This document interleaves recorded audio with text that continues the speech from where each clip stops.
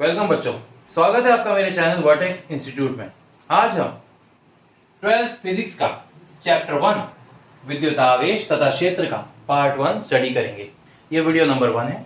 इसके अतिरिक्त पूरे चैप्टर को कवर करने के लिए मैंने कई और वीडियोस भी बनाए हैं, जिनकी मैं पूरी प्लेलिस्ट आपके सामने पेश करूंगा।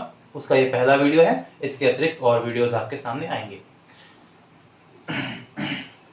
हिंदी मीडियम वाले बच्चों के लिए मैंने स्पेशल ये वीडियोस तैयार किए हैं, बिकॉज काफी डिमांड की वजह से मैंने हिंदी मीडियम के बच्चों के लिए भी वीडियो बनाने का सोचा। ठीक है, अधिकतर क्या होता है, हिंदी मीडियम के बच्चों को तो कुछ नहीं, बस नॉर्मली लोकलाइज एरिया में पढ़ा दिया जाता है। ठीक है, बहुत वो नॉर्मल है, इंग्लिश मीडियम में ज्यादा होता है। पर कई हिंदी मीडियम वाले बच्चे ने मुझसे कहा कि सर आप इन पर भी वीडियोस बनाइए, क्योंकि हमारे टॉपिक्स मिस हो जाते हैं, कई चीज हम नहीं सीख पाते। तो ठीक है, मैं उनके लिए ये वीडियोस तैयार कर रहा हूँ। ओके, तो बेटा ज्यादा टाइम ना वेस्ट करते हुए सीधा पढ़ाई पर ही आ जाए, वही सही है। ओके, विद्युत तथा इसकी शाखाएं। हम पहले विद्युत के बारे में जानेंगे और फिर उसकी शाखाओं के बारे में। दूसरा टॉपिक है हमारा आवेश तथा इसके प्रकार। अगर हम विद्युत को एक पेड़ माने, विद्युत अगर एक पेड़ है तो आवेश उसका बीज है। ये बात ध्यान रखें, ये सारी चीज आवेश से ही शुरू हुई है। और नेक्स्ट इसके बाद आता है आवेशों के मूलभूत गुणधर्म। आवेशों के मूलभूत गुणधर्म कुछ यूं है कि इसकी एक स्पेशल प्रॉपर्टी है जो सिर्फ इन पर ही खास लागू होती है। ठीक है, और इन्हीं आधार पर यह दो कैटेगरी के लिए नीट और आईआईटी के लिए बहुत इंपॉर्टेंट टॉपिक साबित हुआ है। ओके, चौथा टॉपिक है मुक्त इलेक्ट्रॉन तथा बंद इलेक्ट्रॉन। इलेक्ट्रॉन दो प्रकार के होते हैं जी नहीं बच्चों, इलेक्ट्रॉन दो प्रकार के नहीं, एक ही प्रकार का होता है, एक सिंगल इलेक्ट्रॉन ही होता है। ठीक है, नहीं इलेक्ट्रॉन एक ही कण है, बस उसकी कंडीशन के अकॉर्डिंग हम उसे दो कैटेगरी में रख सकते हैं। पहली मुक्त अवस्था के अकॉर्डिंग मुक्त इलेक्ट्रॉन कहा जाएगा उसे, और अगर वो बंद अवस्था में है तो उसे बंद इलेक्ट्रॉन कहा जाएगा। ओके बच्चों, तो अब ज्यादा टाइम वेस्ट ना करते हुए हम सीधा इसके फर्स्ट टॉपिक से पढ़ना शुरू करते हैं। तो बच्चों हमारे सामने पेश है विद्युत, और विद्युत की चार शाखाएं। हाँ, इसके अतिरिक्त कई और शाखाएं भी होती हैं, पर अभी हम सिर्फ चार पर ही फोकस करेंगे। सबसे पहली शाखा है इसकी स्थिर विद्युतिकी। स्थिर विद्युतिकी नाम से स्पष्ट है, जब आवेश स्थिर अवस्था में अध्ययन किया जाता है और उसके साथ होने वाली अनुक्रियाएं जैसे विद्युत क्षेत्र वगैरह, तो इसे स्थिर विद्युतिकी में अध्ययन किया जाता है। स्थिर विद्युतिकी भौतिक विज्ञान की वह शाखा है जिसमें आवेश को स्थिर रखते हुए और उसके साथ विद्युत क्षेत्र की अनुक्रियाओं का अध्ययन किया जा रहा है। दूसरा है विद्युत गतिकी। इसमें आवेश गतिमान होता है। क्या होता है बच्चों? गतिमान। ये बहुत जरूरी है, क्योंकि आवेश गति करने पर चुंबकीय क्षेत्र भी उत्पन्न करता है, विद्युत क्षेत्र के साथ साथ चुंबकीय क्षेत्र भी, और इसीलिए समय के अंतराल के अनुसार विद्युत क्षेत्र और चुंबकीय क्षेत्र लगातार निश्चित समय अंतरालों पर एक दूसरे से लगातार परिवर्तित होती हैं। ये सब कुछ हम पढ़ते हैं विद्युत गतिकी में। ठीक है, अब विद्युतीय, इसको इंग्लिश में बोलते हैं इलेक्ट्रिकल। आसान रहेगा आपके लिए, ये वर्ड अच्छा रहेगा, इलेक्ट्रिकल। ये इंजीनियरिंग की एक ब्रांच होती है जिसमें हम विद्युतीय परिघटनाओं का अध्ययन करते हैं। जैसे हम बात करें इलेक्ट्रिक मोटर, पंखे, बिजली की हम बात, उपकरण जैसे बात करें हम voltmeter, ammeter, household supply, घरों की सप्लाई, ट्रांसफार्मर। ठीक है, ये सब कुछ हम पढ़ते हैं इलेक्ट्रिकल के अंदर, जिसमें हम चालक और कुचालक के बारे में अच्छे से अध्ययन करते हैं। ठीक है, ये तो होती है इलेक्ट्रिकल ब्रांच। अब इसके साथ साथ एक और होती है इलेक्ट्रॉनिक ब्रांच, इलेक्ट्रॉनिकी।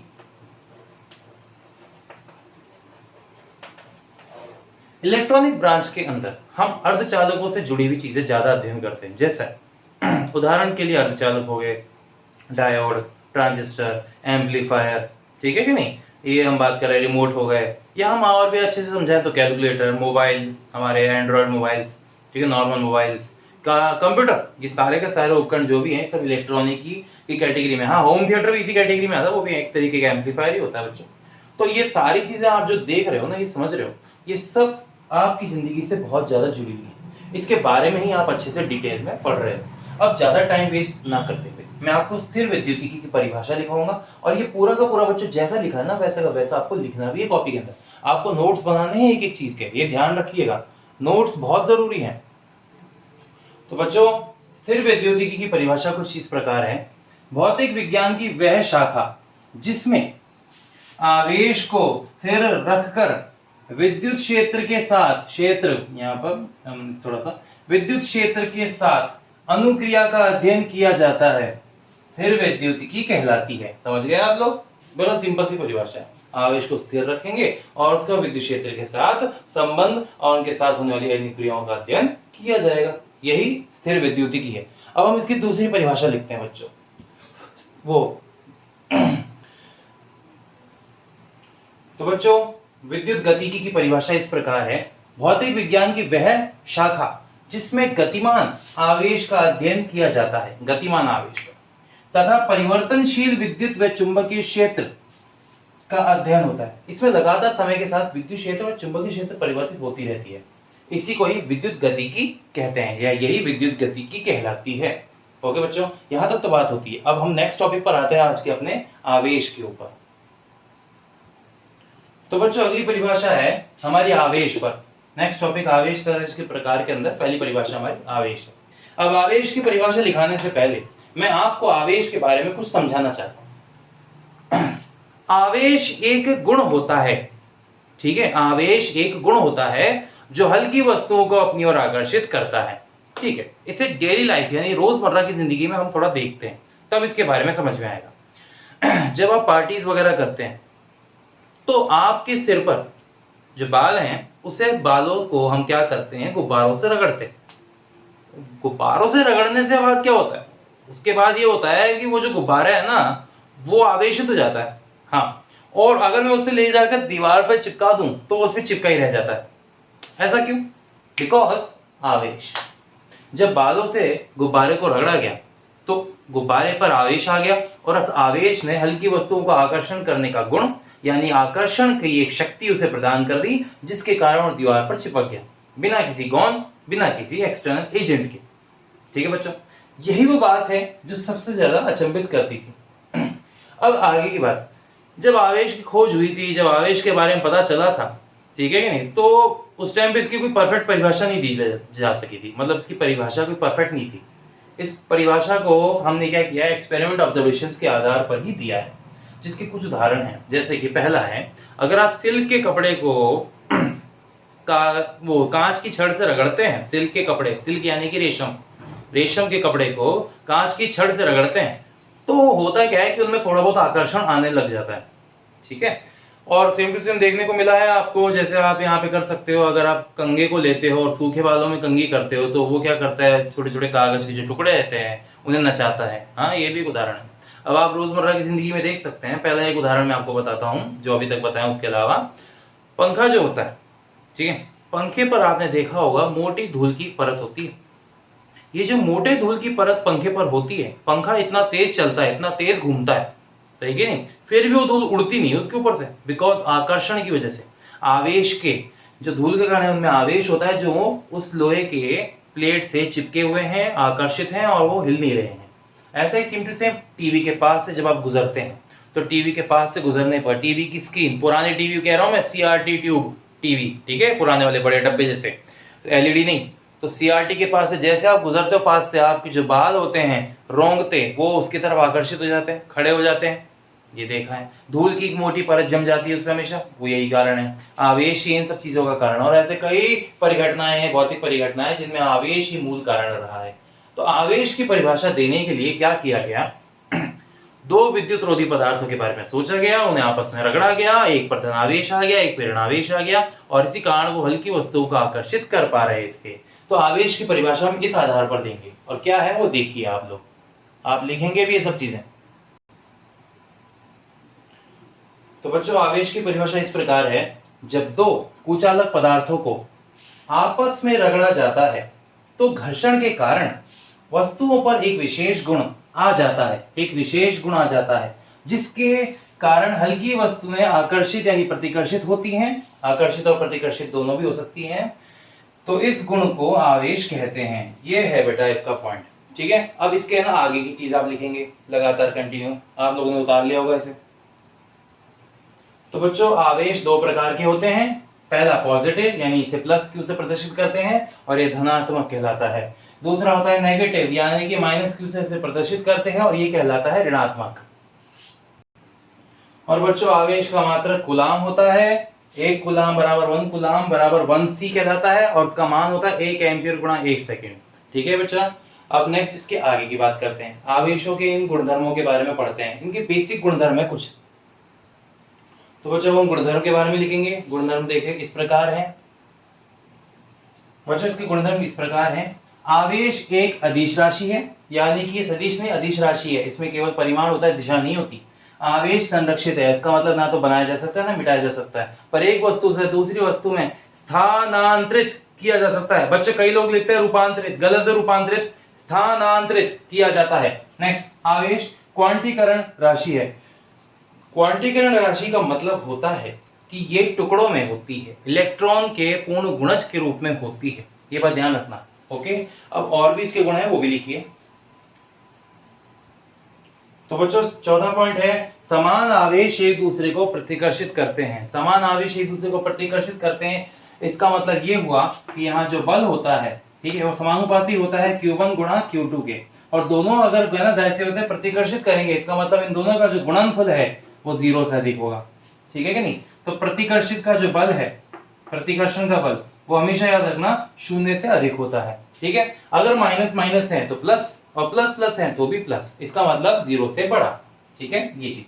अगर विपरीत आवेश एक दूसरे को आकर्षित करते हैं, मतलब विपरीत आवेश एक दूसरे को आकर्षित करते हैं, तो F आकर्षण, ठीक है, वो समानुपाती होगा Q1 गुणा Q2 के, ठीक है कि नहीं, और उसका मान होगा 0 से कम, क्योंकि एक पॉजिटिव होगा दूसरा नेगेटिव, तो प्लस माइनस करके गुणा माइनस में ही आएगा उत्तर, जो कि 0 से कम है। ये बात आप नोट कर लीजिए बच्चों, क्वेश्चन में पूछी जाती है, बहुत जरूरी होती है।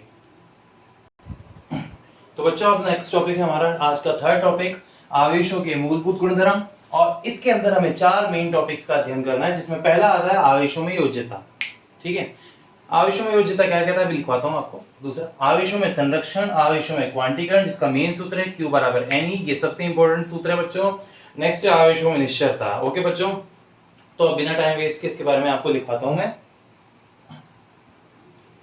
तो बच्चों आवेशों में योज्यता, इसके अनुसार किसी निकाय का कुल आवेश उस निकाय में उपस्थित सभी आवेशों के बीजगणितीय योग के बराबर होता है। ये बात आपको नोट करनी है, ये बात इंपॉर्टेंट है इसके अंदर। अब मैं आपको इसका मतलब समझाता हूँ। देखो क्या होता है कि चलो मान लेते हैं, आप लोग इसे उतार लीजिएगा बच्चों, मैं इसे मिटा रहा हूं।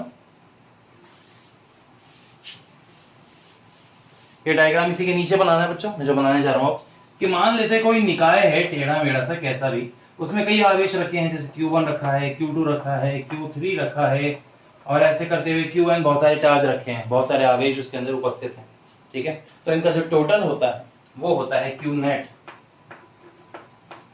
ओके, और उसका मान होगा Q1 plus Q2 plus Q3 करते हुए Qn। अगर इसे शॉर्ट में लिखना है आपको तो Q नेट बराबर आएगा सिग्मा Q I। ये मैथमेटिक्स वाले बच्चों के लिए बच्चों ये याद रखना, बायो वाले बच्चे अगर इसी को नहीं जानते तो उसके लिए एक एक्सरसाइज मैं आपको बताता हूँ कैसे करते हैं ये काम। QI, यहाँ पर I का मान 1 से लेके N तक आएगा। अब मैं आपको एक चीज बताऊं बच्चों, देखो मैथ वाले बच्चे तो इसे तुरंत समझ जाएंगे, बायो वाले को दिक्कत आती है। तो मैं बच्चों आपको एक बात बताना चाहता हूँ कि चाहे बायो से हो चाहे मैथ से हो, आपको लैंग्वेज ऑफ फिजिक्स तो पढ़नी ही पड़ेगी, वो थोड़ी सी मैथमेटिक्स की लैंग्वेज है। अधिकतर बच्चे बायो है ना क्या इसलिए चुनते हैं साइंस के अंदर कि उनका सोचते हैं कि मैथ से पीछा छूट जाएगा, पर ऐसा नहीं होता। क्या होता है कि फिजिक्स के अंदर मैथ और भी भयंकर व प्रलयंकारी रूप के रूप में, ठीक है, और उस भयंकर रूप के अंदर आपके सामने प्रकट हो जाती है। आप जो मैथ अब देख रहे हो वो तो आपने सपनों में भी नहीं सोची होगी, ठीक है कि नहीं, परंतु ऐसी टिपिकल लैंग्वेज को आसान किया जा सकता है अगर आप इसके पॉइंट टू पॉइंट स्टडी करते जाएंगे। और देखिए होता क्या है कि यहाँ पर 1 2 3 ऐसे करते हैं 4 5 खूब सारे लिखे, I का मान 1 से शुरू हो रहा है और वो N पे खत्म हो रहा है, इसी प्रकार इस क्रम को लिखा गया है, ठीक है। ये शॉर्ट में से ऐसे लिखा जा सकता है, और ये डायग्राम बना लीजिएगा बच्चों, ठीक है। अब होता ये है कि इसका मतलब समझते हैं हम पहले। तो देखो 2 तरीके के योग होते हैं, एक तो होता है अदिश योग, एक होता है सदिश योग, ठीक है बच्चों। अदिश योग को बोलते हैं बीजगणितीय योग और सदिश योग को बोलते हैं अध्यारोपण का सिद्धांत, ठीक है। हाँ वैसे यही कहते हैं उसको। तो अब हमें ना ऐसी बात है यहां तक ये टॉपिक तो पूरा होता है। अभी इस टॉपिक के बाद मैं कुछ ऐसी चीज आपको लिखवाने जा रहा हूं, वो एग्जांपल करके नोट करके लिखिएगा बच्चों, बहुत जरूरी चीज है वो यहाँ पर, ठीक है। सही है। तो बच्चों नोट करने वाली एक बात है, इसका वैसे कोर्स से ज्यादा कोई संबंध नहीं है, ठीक है कि नहीं, एग्जाम पॉइंट ऑफ व्यू से ये चीज एकदम हटके है और ये बहुत जरूरी हो जाती है समझाना। तो आपको मैं सबसे पहले तो ये समझाता हूं कि अदिश योग और सदिश योग में क्या फर्क है, ठीक है। तो बच्चों अदिश योग यानी बीजगणितीय योग होता कैसा है, देखिए जैसे मैं आपको समझाता हूँ, प्लस का 2 प्लस का 4 माइनस 2 प्लस का 7 माइनस का 4 प्लस 3 माइनस का 9 और प्लस का 8, ठीक है बच्चों, ये मैंने आपको दे दिया। अब देखो बच्चों गौर करने वाली बात क्या है इसके अंदर, यहाँ पे देख सकते हैं प्लस का 2 तो कट जाएगा माइनस के 2 से, प्लस का 4 कट जाएगा माइनस के 4 से, जो जो बच रहे हैं उनको लिख लेते हैं, 8 और 7 और 3, 8 प्लस 7 प्लस 3 और माइनस के 9, 8 और 7 15, 15 और 3 18, 18 में से हम 9 माइनस करते हैं यहाँ पर, तो बचता है प्लस का 9 कूलाम, ठीक है बच्चों। तो ये है कौन सा योग, अदिश योग, बिल्कुल सिंपल प्लस माइनस करना, ये होता है अदिश योग के अंदर। अब सदिश योग क्या होता है वो आप देखिए, देखो ये चीज है समझने की। तो बच्चों ये क्या 11th में आप लोगों ने मिस किया होगा, मैं जानता हूँ 100%, पर अब यहाँ आप कर सकते हैं उसे, ठीक है। इस 12th की क्लास के साथ साथ आपको 11th के भी कई सारे टॉपिक समझ में आ जाएंगे, क्योंकि नीट और आईआईटी के लिए मैं बच्चों को ऐसे तैयार करता हूँ, ठीक है। यहाँ पे अभी हम क्या कर रहे हैं, इस टॉपिक को बहुत जल्दी जल्दी स्टडी कर रहे हैं, ठीक है कि नहीं। अगर यही चीज आईआईटी या नीट वगैरह में होती तो बेटा हम इसके ऊपर आराम से 10-10 घंटे पढ़ाई करते, बहुत सारे क्वेश्चन लगाते, ठीक है ना। एक ही टॉपिक एक ही चीज के अंदर बहुत अच्छे से एक्सप्लेन करते, ओके, यही सब होता है। पर बात ये आती है कि अभी हम यहाँ पर से बेसिक पढ़ रहे हैं, आपको यहाँ पर एग्जाम के लिए तैयारी करनी है। एग्जाम में 100 में से 100 लाने हैं बस, और 100 में से 100 लाने का पोर्शन जितना है उतना ही काफी है, इतना लिखवा रहा हूँ, यही आपके लिए काफी है। अब सदिश योग के बारे में आपको समझाता हूं। देखिए आप लोगों ने ये तो पढ़ाई है, 2i cap plus 3j cap plus 4k cap minus के 3i cap plus 7j cap minus के 2k कैप प्लस के 3i कैप प्लस के 2j कैप और माइनस के 3k कैप, ये मैंने आपको कुछ उदाहरण लिख दिए। तो सदिश योग कहता है कि आई को आई में, जे को जे में और के को के में, मतलब समान दिशा वाले जुड़ते हैं, विपरीत दिशा वाले कटते हैं। हाँ ये सब कुछ है। तो सिंपल सा इसका नियम क्या होएगा, इसका आंसर होएगा 2 3 माइनस 3, तो प्लस का 3 माइनस 3 तो कट गया, चलो भाई हटाओ उसको, तो बचा क्या 2i, आई में तो 2 बचा, यहाँ पे 3 है, यहाँ पे 7 है, यहाँ 2 है, 3 और 7 मिला के 3 और 7 मिला के 10, 10 और 2 12, ये हो गया 12j कैप। अब बच्चों यहाँ पर हम बात करें 4 और ये 5 और 2 और 3 मिला के हो गया 5 माइनस के, तो ये माइनस का के कैप बचेगा, ठीक है। तो अब इसका जो उत्तर निकालना है हमें, वो देखिए कैसे निकलता है। इसके उत्तर निकालने के पीछे तो कला है, ओके। अब इसका आंसर ऐसे सीधे सीधे तो निकलने से रहा, तो इसके लिए हमें एक पुराने मेथड परिमाण वाली बात को याद रखना पड़ेगा। परिमाण कुछ यूं निकलता है, अंडर रूट वाली सॉल्यूशन होती है जिसके अंदर आई जे के को हटा देते हैं और स्क्वायर लगा देते हैं, मतलब ये होगा इसका परिमाण 2 का स्क्वायर, ठीक है, प्लस यहाँ पे 12 का स्क्वायर, प्लस यहाँ पे माइनस के 1 का स्क्वायर, ठीक है, 2 का स्क्वायर 4 होता है, 12 का स्क्वायर 144 होता है, और ये 1 हो जाएगा। अब इसको सॉल्व करना है हमें, तो ये हो जाएगा 149, ठीक है बच्चों, यहां तक आ गया अंडर रूट 149। अब अंडर रूट कई बच्चों को सॉल्व करना नहीं आता होगा, ये मेरी गारंटी है, ठीक है। तो मैं आपको अंडर रूट सॉल्व करने का एक ऐसा तरीका बताता हूं बच्चों, जिससे आपके अंडर रूट यूं चुटकियों में सॉल्व हो जाएंगे, चुटकियों में। देखो कैसे, ठीक है, मैं आपको समझाता हूं इसे कैसे हल किया जाता है, ओके। देखिए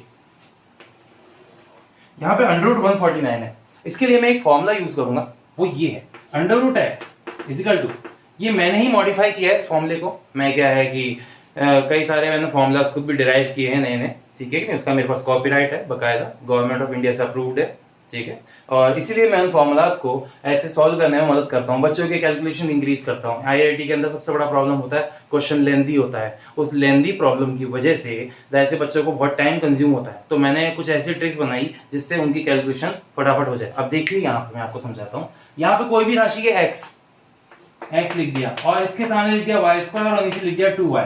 यहाँ पर जो x है और ये y स्क्वायर है, इसके बीच में एक संबंध ये है कि x जो है y स्क्वायर के नजदीक होना चाहिए। देखिए ये 149 है, 149, तो 149 तो मैंने लिख दिया। अब 149 के नजदीक कोई ऐसा नंबर सोचो जिसका स्क्वायर इसके निकट हो, जैसे 12 का स्क्वायर। 12 का स्क्वायर देखो, 12 का जो स्क्वायर होता है वो होता है 144, इसके पास ही है ना, फायदा हो गया, ओके। यहाँ पे 2 गुणा 12 हो गया। अब बच्चों से हल करेंगे, 149 प्लस 144 अपॉन में यहाँ पे 24। अब इसे हल कर देते हैं, हल करके देखते हैं क्या उत्तर आता है इसका। तो बच्चों यहाँ पर इसका आंसर आता है, हम इसको सॉल्यूशन करेंगे, इसको जोड़ेंगे और इसका आंसर आता है 293। ठीक है बच्चों, और नीचे इसमें आ रहा है 24। अब 293 को 24 से डिवाइड कर दीजिए, 293 को 24 से डिवाइड करके जो उत्तर आता है वो करीबन होता है सॉल्यूशन करके 12.20। ठीक है बच्चों, तो लगभग इसका उत्तर जो आ रहा है अंडर रूट 149 का वो आएगा 12.20। अगर मैं इसे कैलकुलेटर से सॉल्व करूं, जो कि मैं एक स्पेशल कैलकुलेटर यूज करता हूं अपने लिए, इसे बोलते हैं साइंटिफिक कैलकुलेटर। बेटा ये वाला मैथ के बच्चों के लिए होता है, बायो वालों के लिए नहीं होता है। ठीक है, बायो वाले इसका कम यूज करते हैं बहुत ही, ओके, वो बायोटेक्नोलॉजी वाले यूज करते हैं नॉर्मली। तो ये मैथमेटिक्स वाले बच्चों के लिए होता है, इंजीनियरिंग वाले बच्चों के लिए होता है, मेडिकल वाले बच्चों के लिए नहीं होता, फार्मेसी वाले के लिए शायद होता है, मेरे को पता नहीं। अच्छा दूसरी बात, नेक्स्ट, ये ITI वाले बच्चों के लिए होता है। ठीक है, इसके अंदर कैलकुलेशन करके देखते क्या आंसर आता है। Now under root 149 it becomes 12.20। बच्चों बिल्कुल सही उत्तर आ रहा है, इसका मतलब हाँ ये तरीका बिल्कुल सही है। अगर इस तरीके की एक और खासियत है बच्चों, तरीके का एक सबसे अच्छा बेनिफिट ये है इस तरीके का कि इससे आप पॉइंट वाले जो नंबर्स होते हैं ना उनका भी अंडर रूट निकाल सकते हो। हाँ बिल्कुल, जैसे मान लो आपके सामने क्वेश्चन होता अंडर रूट ऑफ 149.23 ऐसे करके। अरे बच्चों ऐसे का अंडर रूट निकालने जाओगे ना हालत पतली हो जाएगी। चलो कोई नहीं, इस मेथड से अप्लाई करो। 149.23 प्लस 144 अपॉन में नीचे वही चीज है, 144 का मतलब 12 का स्क्वायर। पूरा कर देता हूं वरना आप चिल्लाओगे बाद में। 2 गुणा 12, ठीक है, 149.23 प्लस 144, नीचे आ गया 24। इसको जोड़ो, इसको हल करो और देखो क्या उत्तर आता है। आप इसे खुद ट्राई करो अपनी मर्जी से, देखिए क्या सॉल्यूशन बनता है। तो बेटा से जोड़ के आएगा 293.23 अपॉन में 24 और इसका उत्तर आएगा 12.21। ठीक है, एक बार कैलकुलेटर से भी इसे अंडर रूट करके सॉल्व करते हैं, देखते हैं क्या आंसर आता है। अंडर रूट यहां पर आ रहा है अंडर रूट 149, एक मिनट रुकिए, अंडर रूट 149.23, इसका आंसर आ रहा है 12.21। बिल्कुल सही बच्चों। ठीक है बच्चों, तो ये मेथड आपके लिए काफी कारगर होगा। इस तरीके से आप काफी इंटरेस्टिंग अंडर रूट से काफी अच्छी वैल्यूज को आप आसानी से कैलकुलेट कर सकते हैं। तो ये नोट करने वाली बात समझ में आई आपको, न्यूमेरिकल करने में इससे आपको मदद मिल रही है। हाँ 11th का पोर्शन था, 11th वाले बच्चे ऐसे नहीं कर पाते, तो मैं इनको क्या करता हूँ पूरी डिटेल के साथ सिखाता हूँ 12th के अंदर, तो वो चीज सीख जाते हैं अच्छे से। अब हम आज के हमारे सेकंड टॉपिक पर आ जाते हैं, आवेशों के संरक्षण पर। तो नेक्स्ट टॉपिक है बच्चों हमारा आवेशों में संरक्षण। आवेशों में संरक्षण क्या मतलब क्या है, सीधा सिंपल सा मतलब है आवेश को न बनाया जा सकता है न मिटाया जा सकता है, पर एक वस्तु से दूसरी वस्तु में स्थानांतरित किया जा सकता है। रूपांतरित नहीं बच्चों, स्थानांतरित। ठीक है, और इसका एक्चुअल मीनिंग तो ये है कि किसी विलगित निकाय का आवेश आप परिवर्तित नहीं कर पाएंगे, वो स्थिर रहता है, नियत रहता है, संरक्षित रहता है। तो बच्चों इन बातों को आप लिखेंगे, अब ये लिखने का पॉइंट है। तो बेटा आवेशों के संरक्षण में इस प्रकार है कि इसके अनुसार किसी विलगित निकाय का कुल आवेश सदैव नियत यानी संरक्षित रहता है, अर्थात आवेश का ना तो निर्माण किया जा सकता है ना ही विनाश किया जा सकता है, परंतु एक वस्तु से दूसरी वस्तु में स्थानांतरित किया जा सकता है। मतलब एक वस्तु से हटा के दूसरी वस्तु में डाला जा सकता है। अब आप इसे लिख लीजिए, मैं इसे मिटाने जा रहा हूं।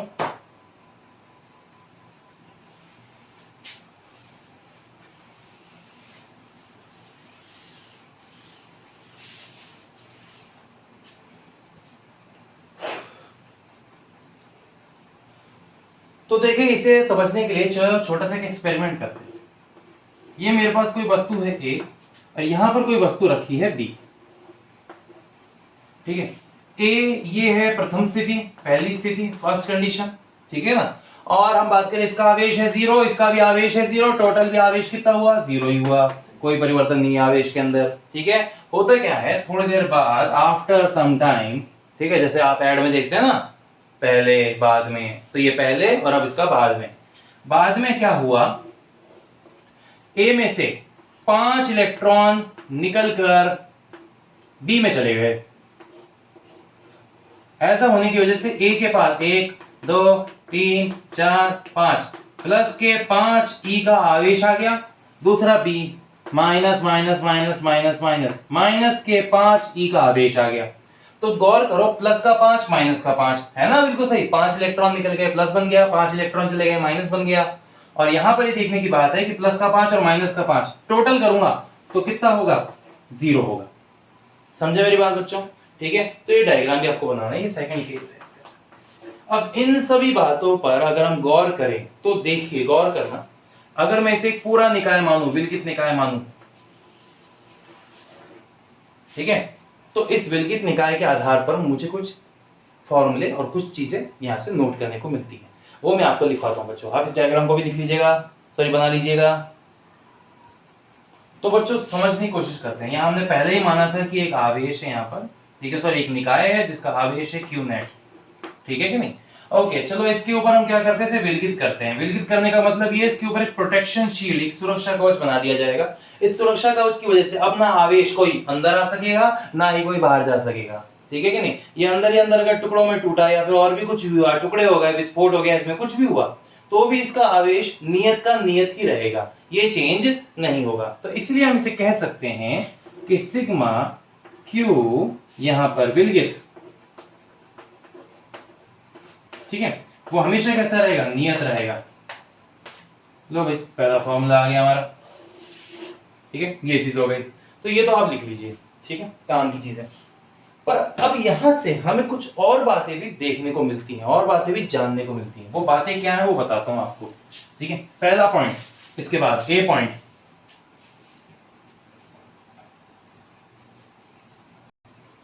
पहला पॉइंट तो ये है, जिस वस्तु से इलेक्ट्रॉन निकलते हैं वह धनावेशित हो जाती है, मतलब जिसमें से इलेक्ट्रॉन निकलेंगे वो प्लस बन जाएगी, तथा इसके द्रव्यमान में थोड़ी कमी हो जाती है, मतलब इसका द्रव्यमान हल्का सा कम हो जाता है, क्योंकि निकल रहा है ना इलेक्ट्रॉन इसमें से। अब इसलिए इसमें से इलेक्ट्रॉन निकलेगा तो द्रव्यमान की कमी होगी होगी। वो कितनी होगी बेटा, डेल स्मॉल m, ठीक है, और इसका सूत्र होगा NMe। यहां पर Me का मतलब है इलेक्ट्रॉन का द्रव्यमान। Me का क्या मतलब बच्चों, इलेक्ट्रॉन का द्रव्यमान। और Me का जो मान होता है वो होता है 9.1 गुणा 10 की घात माइनस के 31 किलोग्राम। बच्चों ये याद रखना, फिक्स है, परमानेंट है, कभी मत भूलना, इसे जिंदगी भर याद रखना है। अब इसके दूसरा बी पॉइंट लिखवाता हूं आपको मैं। तो बच्चों सेकंड पॉइंट है बी पॉइंट, जिस वस्तु में इलेक्ट्रॉन प्रवेश करते हैं, जिस वस्तु में इलेक्ट्रॉन जाएंगे वह ऋणावेशित हो जाती है। इलेक्ट्रॉन आप समझ में आया, जिसमें इलेक्ट्रॉन जाएंगे वो ऋणावेशित होती है, और जिसमें इलेक्ट्रॉन निकलते हैं वो धनावेशित होती है, तथा इसके द्रव्यमान में थोड़ी वृद्धि हो जाएगी, हल्का सा द्रव्यमान बढ़ जाएगा, ठीक है। और वो कैसा होगा, डेल कैपिटल M, और उसका सूत्र होगा NMe। बिल्कुल सेम सूत्र है, बस लिखने का तरीका अलग है। Me का मान 9.1 गुणा 10 की घात माइनस 31 किलोग्राम फिक्स है, ये याद रखना चाहिए बच्चों। तो यहां पर हमारा आवेशों में संरक्षण वाला टॉपिक भी पूरा होता है। अब हम पढ़ेंगे आवेशों में क्वांटीकरण। तो बच्चों तीसरा टॉपिक है हमारा आवेशों में क्वांटीकरण। आवेशों में क्वांटीकरण का मतलब क्या, पहले वो जान लेते हैं। देखिए, इस ब्रह्मांड में दो प्रकार की राशियां होती हैं। पहली, ये लिखना नहीं बच्चों, जब मैं कहूं तब लिखना है, ठीक है। पहली तो होती है सतत, ठीक है कि नहीं, और दूसरी होती है विभक्त।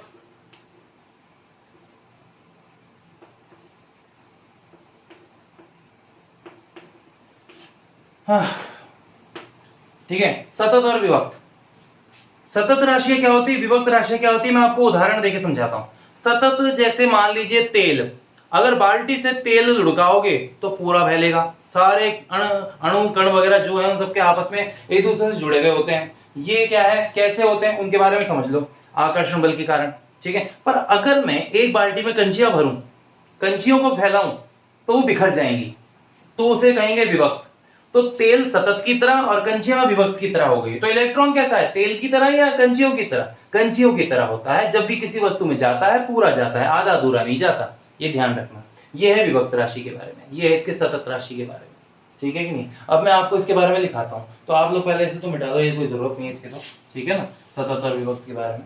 अब आपको मैं इसके बारे में डिटेल में लिखाता हूं। तो बच्चों आवेशों के क्वांटीकरण, इसके अनुसार किसी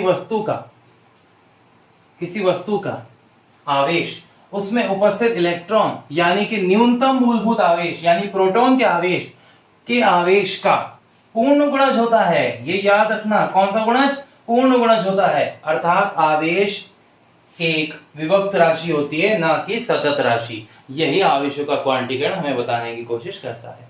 पर इस परिभाषा को क्या करते हैं, कई लोग कॉम्प्लिकेट कर देते हैं। कॉम्प्लिकेट का मतलब इतना ज्यादा परेशान कर देते हैं कि बच्चे से समझते हुए भी भूल जाते हैं। ठीक है, ऐसा क्यों, व्हाट इज द रीजन? देखो, अभी कुछ नहीं लिखना, जो मैं लिखूंगा आप तब लिखेंगे।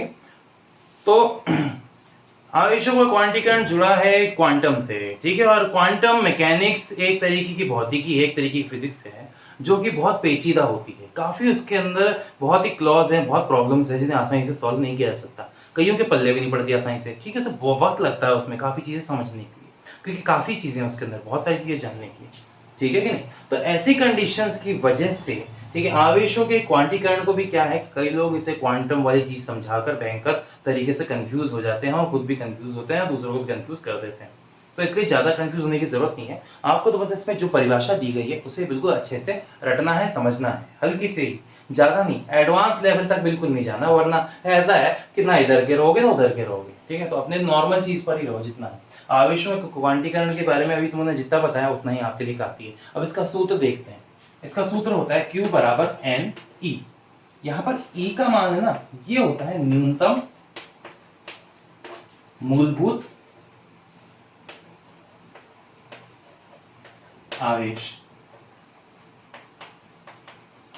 यही इलेक्ट्रॉन का आवेश है, यही प्रोटॉन का आवेश है। और E का मान होता कितना है, 1.6 गुणा 10 की घात -19 कूलाम। ये फिक्स है बच्चों, इसको ध्यान रखना, ये चेंज नहीं होता कभी भी लाइफ में, ठीक है। अब यहाँ पर n का मतलब क्या है, ये जो n है ना, इसी का मतलब है पूर्ण गुणज। ये ना पूर्ण गुणज, ये क्या है, पूर्ण गुणज, अभी समझाता हूं, ठीक है। और ये क्यों क्या है, वस्तु का आवेश।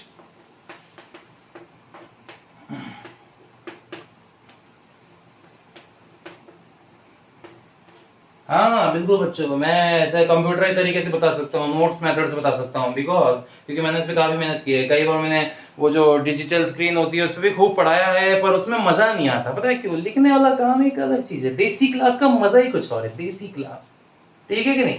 ये चीज होती है एकदम जानने वाली, चौक, यहाँ पे बोर्ड, सर, बच्चे, एक माहौल बनता है, वो माहौल जैसा फील मैं आपको कराना चाहता हूँ, ठीक है कि नहीं। अब ऐसा क्या है, वो डिजिटल बोर्ड उसमें खिसका रहे हैं, फटाफट बता रहे हैं और ये सब चीजें चला रहे हैं, वो जब दिखने में अच्छा है, पर रियलिटी बताऊं, सीखने के पॉइंट ऑफ व्यू से नहीं। जितना ऑनलाइन में मजा नहीं आता ना, उतना ऑफलाइन में मजा आता है, ये बात आप भी नोट कर लो, ठीक है कि नहीं। और ऑफलाइन जैसी फीलिंग दे रहा हूं मैं आपको, ये फीलिंग है ना, यही सबसे बड़ी बात है, ऐसा बैठ के लगना चाहिए। अब क्या है, एक और फीलिंग हो जाए, अगर कसम से कह रहा हूँ, ये टीवी पे आप देखो और है ना, माँ कसम, बहुत बड़ा मजा आएगा आपको जब आप अपने फ्रेंड के साथ इसे देखो, आपस में एक दूसरे के साथ शेयर करो। और इतना भी ज्यादा मजा आता, काश मैं आपके साथ लाइव इंटरेक्ट कर पाता, पर क्या है, लाइव के लिए अभी स्टूडियो तैयार हो रहा है, तो उस पर ध्यान दिया जाए, ठीक है बच्चों।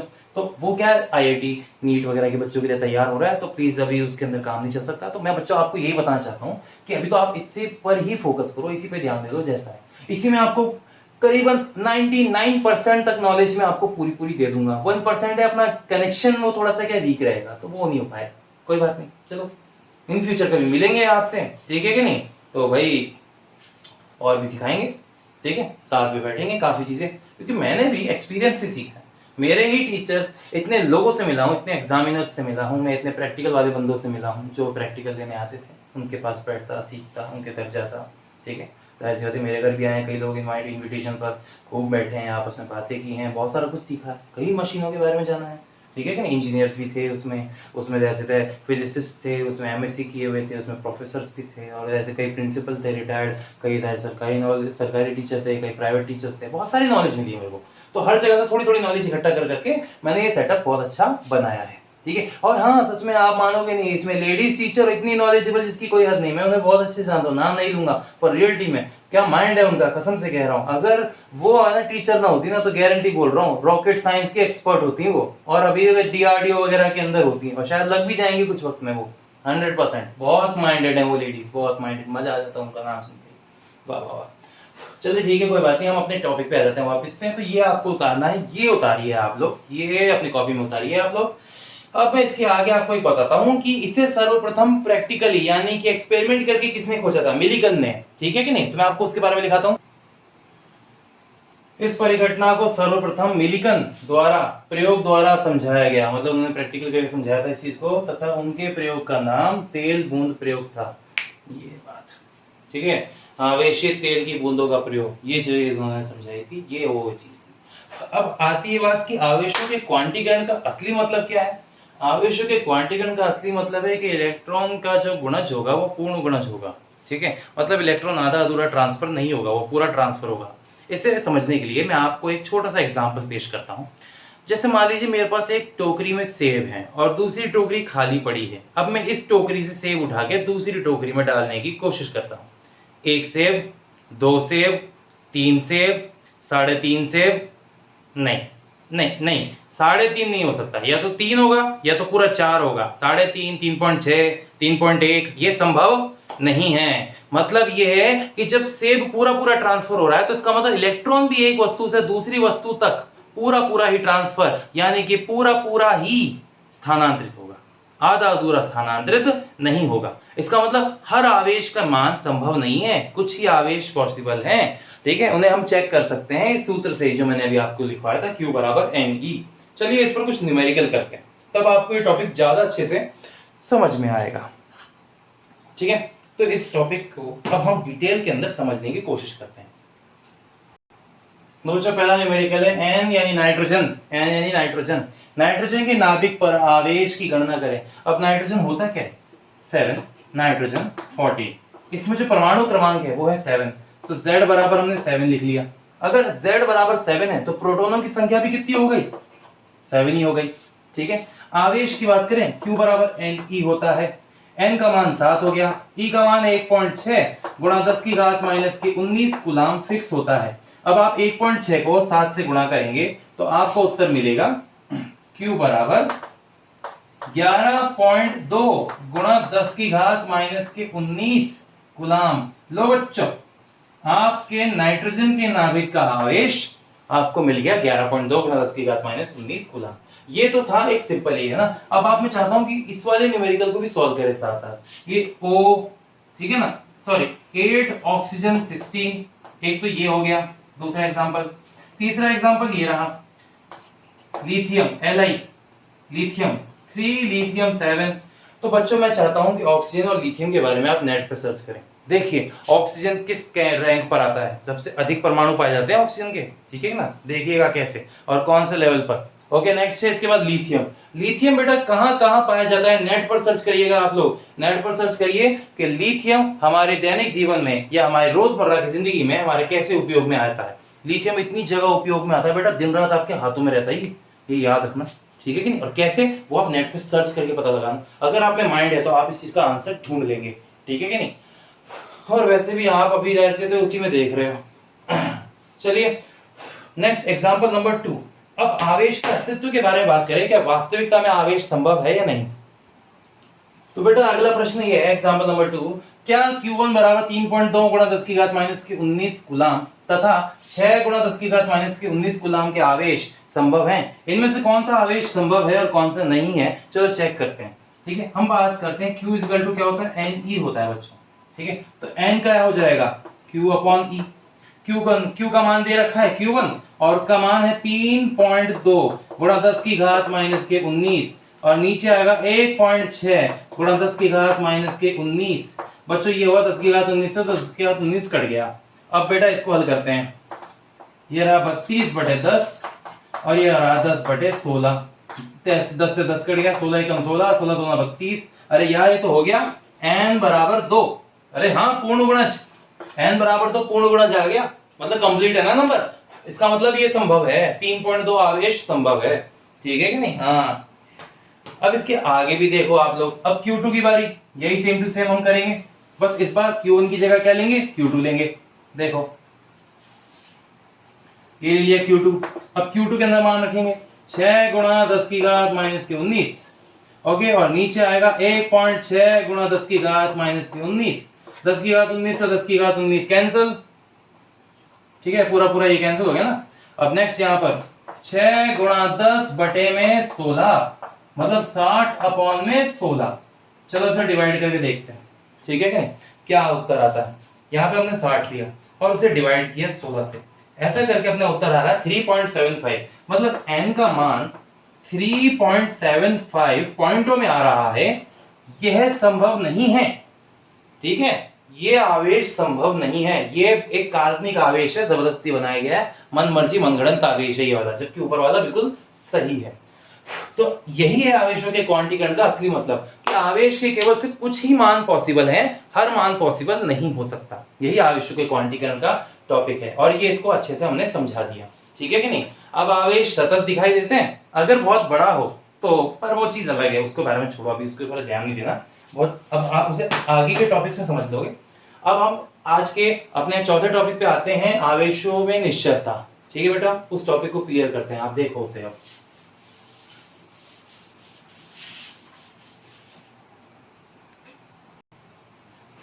तो बेटा आवेशों में निश्चलता हमारा चौथा टॉपिक है। इसके अनुसार किसी आवेश का उच्च वेग से गति कराने पर भी, यानी कि आवेश को अगर उच्च वेग से गति कराएंगे, जैसे 2 लाख किलोमीटर पर सेकंड, हाँ ये बहुत हाई स्पीड है, ठीक है, प्रकाश के वेग के निकट है काफी, तो उसके आंकिक मान में कोई परिवर्तन नहीं होता। हाँ सही है, 2 कूलाम है तो 2 कूलाम ही रहेगा, चेंज नहीं है। अर्थात आवेश निर्देशांक तंत्र के चुनाव से स्वतंत्र होता है, और इसकी शर्त ये है कि v का मान जो है, वैसे तो v का मान कुछ भी रख लो, c के निकट होना चाहिए, ठीक है कि नहीं, तभी ये पॉसिबल हो सकता है, क्या नहीं। तो होता क्या है, आवेश तो जो है ना जैसे निश्चल हो गया, आवेश तो फर्क ही नहीं पड़ता, आवेश तो बिल्कुल नट्टा हो गया, सही कि नहीं। पर जैसे हम बात करें द्रव्यमान की, द्रव्यमान परिवर्तित हो जाता। हाँ बिल्कुल, आप ओके बच्चों, आप इसे लिख लीजिए, मैं मिटा रहा हूं इसे। द्रव्यमान परिवर्तित हो जाता, वैसे वास्तविकता में रिलेटिवली परिवर्तित होता, रिलेटिवली, ठीक है। आइंस्टीन की थ्योरी ऑफ रिलेटिविटी दी गई थी, मतलब आइंस्टीन ने दी थी, उसे समझाया था कि द्रव्यमान रिलेटिव होता है, उच्च वेग से गति कराओगे ना तो उसका मान में परिवर्तन होता है, पर वो वास्तविकता में नहीं होता। एक्चुअली इसका कर्वेचर, ये बहुत लंबी चौड़ी कॉन्सेप्ट है, जनरल थ्योरी ऑफ रिलेटिविटी भी, इसके आगे बहुत सारे कॉन्सेप्ट है, बहुत बढ़िया बढ़िया ऐसे इंटरेस्टिंग, ब्रह्मांड की गतिविधियां हिल जाएंगी तुम्हारी, तुम्हारी जमीन खिसक सकती है, इतना खतरनाक कॉन्सेप्ट है, ध्यान रखना, ठीक है। आवेशों में निश्चलता वाले टॉपिक पे अभी हम बात करें तो इसका सीधा सिंपल सा मीनिंग ये है कि Q अगर स्थिर है, ठीक है, तो Q गतिमान भी है, वो बराबर ही होंगे। पर अगर मैं द्रव्यमान की बात करूं तो m अगर स्थिर है तो कम होएगा, और m अगर गतिमान है तो ज्यादा हो जाएगा। यह हैरानी की बात है, ऐसा क्यों? थ्योरी ऑफ रिलेटिविटी एक सूत्र है, m बराबर m नॉट अपॉन में under root 1 minus V square upon में सी स्क्वायर, इसे गामा कहते हैं, गामा। छोड़ो यार, बहुत लंबी चीज मैं कह रहा हूं ना, m बराबर m नॉट अपॉन में under root 1 minus V square upon C square, ऐसे करके बहुत सारी चीजें हैं। आवेश परिवर्तित नहीं होता पर द्रव्यमान परिवर्तित होता है, यही आवेशों में निश्चलता है। इसके बारे में डिटेल में आपको बेटा हायर स्टडीज मिलेगी ना, जब आप फिजिक्स की हायर स्टडीज करोगे तब आपको समझ में आएगा। ये फिजिसिस्ट के लिए ज्यादा बेटर है, इंजीनियरिंग वाले बंदों के लिए फिर भी इतना खास नहीं, उनको सिर्फ नॉलेज मिलती है इस चीज की, ये थियोरेटिकल साइंस का हिस्सा है, ठीक है। अब हम आते हैं नेक्स्ट और अपने आज के फाइनल टॉपिक पर, मुक्त आवेश मतलब मुक्त इलेक्ट्रॉन तथा बंद इलेक्ट्रॉन। तो बेटा अब हम पढ़ते हैं मुक्त इलेक्ट्रॉन तथा बंद इलेक्ट्रॉन के बारे में, बस सिंपल सा है, हमें ये लिखना कुछ नहीं है इसके अंदर, सिर्फ समझने का टॉपिक है बच्चों, ठीक है ना। चौथा टॉपिक है आज का हमारा और फाइनल टॉपिक है, सिर्फ समझने के पॉइंट ऑफ व्यू से, ठीक है ना, ऐसा कुछ ज्यादा लिखना नहीं है। तो मैं आपको समझा देता हूँ कि ये रहा नाभिक, और ये नाभिक के चारों ओर हैं परमाणु कक्षक, जैसे हम इलेक्ट्रॉन कक्षक भी कहते हैं, स्थायी कक्षक भी कहते हैं, बोर के सिद्धांत के अनुसार। वैसे ऐसे भी होते हैं, काफी कॉम्प्लिकेटेड होते हैं, ठीक है ना। उसके लिए परमाणु कैसा दिखाई देता है, उसके लिए मैंने एक वीडियो बनाई है, उस वीडियो का लिंक में मैंने डिस्क्रिप्शन में दे रखा है। तो बेटा लिंक में मैंने, यानी कि डिस्क्रिप्शन में मैंने उसका लिंक दे रखा है, आप लोग उसे वहां जाके देखिएगा, परमाणु का वास्तविक डायग्राम कैसा होता है आप जरूर देख पाएंगे, ठीक है। तो कुछ इलेक्ट्रॉन तो नाभिक के निकट है, देखो, ओके, कुछ इलेक्ट्रॉन क्या है, नाभिक से दूर है। तो होता यूं है कि जो नाभिक के निकट है उनमें तो आकर्षण बल बहुत बहुत अधिक होता है, तो ऐसे इलेक्ट्रॉनों को हम क्या बोल देते हैं, बंद इलेक्ट्रॉन बोल देते हैं, क्योंकि ये इनकी पकड़ से, नाभिक की पकड़ से बाहर नहीं जा पाते, सही कि नहीं। ना तो ये चालन में, ना विद्युत प्रवाह में, ना ही जैसे विद्युत धारा में भाग लेते हैं। ये जो होते हैं ना खुले खुले, ये बाहर की तरफ, ये इन्हें कहते हैं मुक्त इलेक्ट्रॉन। पता है क्यों? क्योंकि ये आसानी से गति कर सकते हैं, ये जब चाहे उछलकर बाहर आ सकते हैं मुक्त आकाश में, ठीक है। हल्के से तापमान से, हल्का तापमान में वृद्धि कर लो तो, या फिर आयनीकरण कर लो तो, ऐसे आसानी से ये बाहर आ जाते हैं, मुक्त इलेक्ट्रॉन की बात की हो जाती है। तो मुक्त इलेक्ट्रॉन क्या होते हैं और बंद इलेक्ट्रॉन क्या होते हैं, बस सिंपल सा, वह इलेक्ट्रॉन जो नाभिक के प्रबल आकर्षण में बंधे हुए हैं उन्हें बंद इलेक्ट्रॉन कहा जाएगा। और वह इलेक्ट्रॉन जो दुर्बल नाभिक से जुड़े हुए हैं, दुर्बल बल से नाभिक से जुड़े हुए हैं, विद्युत बल यहाँ पे बहुत कमजोर है, नाभिक बल की बात नहीं चल रही है, विद्युत बल की बात चल रही है। विद्युत बल, ठीक है, कूलाम का नियम, कूलाम का बल वो है इसके अंदर। तो वो इलेक्ट्रॉन क्या करते हैं, आसानी से आयनीकृत होकर बाहर निकल सकते हैं और विद्युत का प्रवाह भी और विद्युत का चालन भी कर सकते हैं। ठीक है, तो यह इलेक्ट्रॉन के बारे में, बंद इलेक्ट्रॉन में मुक्त इलेक्ट्रॉन के, यानी कि छोटे से कॉन्सेप्ट के बारे में। ठीक है, लिखने का कुछ पर्पस नहीं है इसके अंदर, बस समझने का पॉइंट है। ठीक है, क्योंकि आगे ये सिर्फ ऐसे इसमें लिखाऊंगा, इसकी थ्योरी टाइम वेस्ट होगा, इससे बढ़िया है तो बस अपने को मीनिंग समझ में आ गया, काफी है। ठीक है बच्चों, तो आज का चैप्टर और आज की क्लास यहीं पे समाप्त होती है। लगता है मैंने ऐसे तो काफी ज्यादा पढ़ा दिया। ठीक है, उम्मीद करता हूँ आप लोगों को आज का वीडियो बहुत अच्छा लगा होगा। इसे कृपया करके शेयर, लाइक और सब्सक्राइब करें। वर्टेक्स इंस्टीट्यूट के साथ जुड़ें, अपने कोर्स को कंप्लीट करें, ऑनलाइन करें। और जितने बच्चे गरीब हैं, जो बच्चे ज़ाहिर सी बात है नहीं दे पाते हैं पैसे फीस के, या फिर नहीं कोचिंग अफोर्ड कर पाते हैं, तो उनके लिए वीडियो ज़रूर हैं। बेटा उन्हें वीडियोज़ दीजिए, आप भी ऐसे थे भला करेंगे खुद का और दूसरे का भी। ठीक है, वो कहने वाली बात है आज के ज़माने में कि दूसरे का भला करके हमारा क्या भला होगा, पर बेटा ये है कि कुछ नैतिकता बनाए रखनी ही चाहिए, वरना प्रकृति अपना असर तो दिखाई, ये देख रहे हो ना, जानवर कट रहे हैं तो भाई अब इंसान भी कट रहे हैं। कोविड अपना पूरा असर दिखा रहा है। ऐसा अच्छा नहीं है ये सब कुछ भी, पर क्या करें, प्रकृति का है। प्रकृति के साथ छेड़छाड़ करोगे तो जाहिर सी बात है प्रकृति भी तुम्हारे साथ छेड़छाड़ करेगी। और ऐसा छेड़ दिया हमें तो हमारे तो घर के अंदर बैठने के दिन आ गए।